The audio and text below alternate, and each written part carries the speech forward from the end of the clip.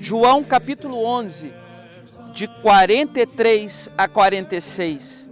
E tendo dito isto, clamou em alta voz: Lázaro, vem para fora.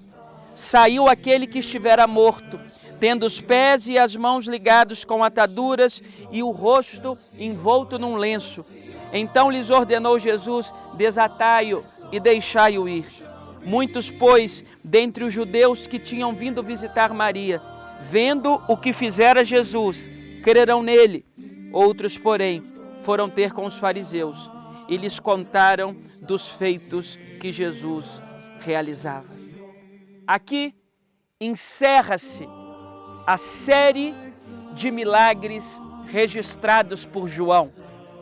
Vale a pena registrar mais uma vez ao seu coração que os 7 sinais registrados nem resumem e nem extinguem a quantidade absolutamente incontável de milagres que o Senhor Jesus realizou no seu ministério na terra.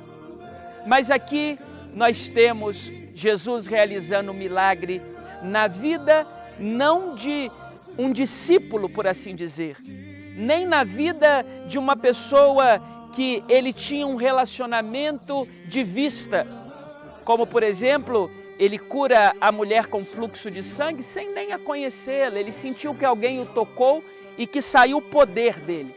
Não, dessa vez Jesus vai curar um amigo. Jesus era amigo de Lázaro. Jesus, quando por Betânia passava, ele tinha um lugar para chamar de casa do meu amigo. Aquele amigo morre. Está todo mundo preocupado, o tempo vai passando e Jesus não chega para consolar. Aliás, Jesus sequer chegou antes da morte, o que, segundo a irmã de Lázaro, seria a razão dele sequer ter morrido. Jesus agora está diante de um problema de um amigo.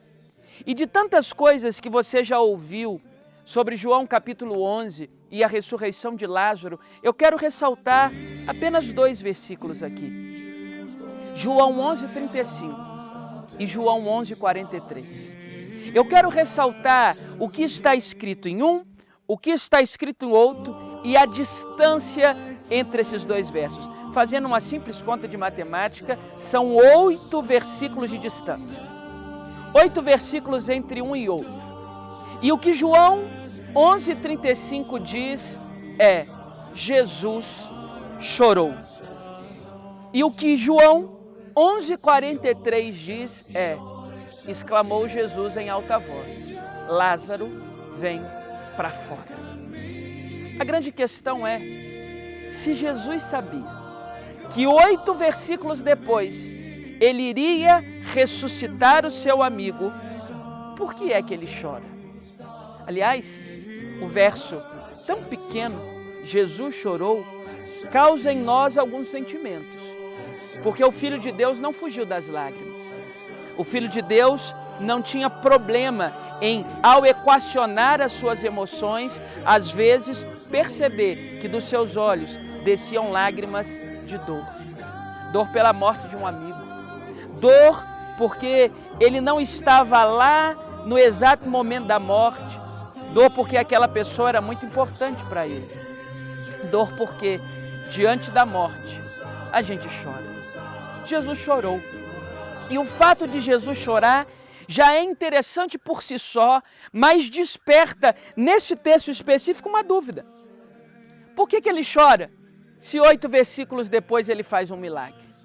Por que ele chora se ele sabe que está indo ali para ressuscitar o seu amigo? Por que ele chora? Jesus está ensinando para nós a seguinte verdade, que para mim resume João capítulo 11.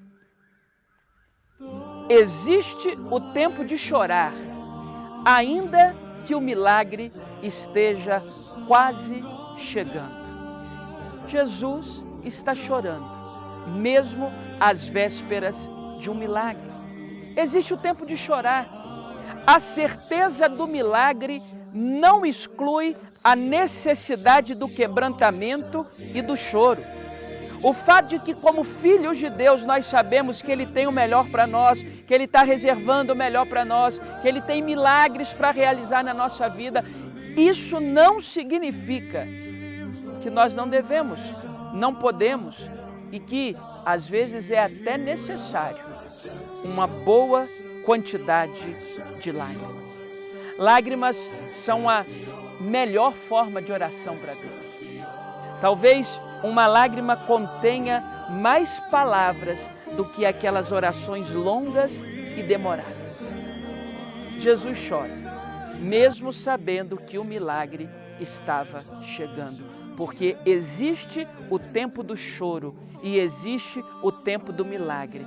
E ainda que o tempo do milagre esteja 8 versículos do choro, é necessário o quebrantamento, é necessário o choro, é necessário saber que quando um amigo morre, o que a gente precisa fazer é chorar, mesmo sabendo do milagre da eternidade, mesmo sabendo do milagre da salvação. Se não seria muito simples a nós que cremos na vida eterna dizer, olha, em velório, em sepultamento, em funeral, nós não podemos chorar porque nós já sabemos do milagre da vida eterna e da salvação. Por que a gente chora? A gente chora porque tem que chorar. João 11,35, Jesus chora. João 11,43, Jesus faz o milagre. E talvez isso seja uma das coisas mais preciosas para aprendermos com a ressurreição de Lázaro. O caráter de Jesus, da sua sensibilidade e do seu poder. Deixa eu te dar uma palavra de encorajamento. Não desperdice as suas lágrimas, porque o milagre pode estar chegando. Deixa eu te dar uma palavra de advertência. Jesus não desperdiça o sofrimento dos seus filhos. Jesus não desperdiça as nossas lágrimas. Não há uma gota de lágrima, não há um segundo de sofrimento que Deus desperdice em nós. Pelo contrário, Deus está sempre pronto. Deus está sempre pronto a nos ajudar no momento das lágrimas. Até que chegará um dia, segundo prevê Apocalipse, que Ele mesmo vai enxugar dos nossos olhos toda lágrima. Enquanto esse dia não chega, a gente chora. Até porque o choro pode durar uma noite, mas a alegria vem pela manhã. O choro pode durar um versículo, mas o milagre chega daqui a pouco. Lázaro, você está recebendo uma ordem. Viva, viva, viva. Sta per la scrittura nostra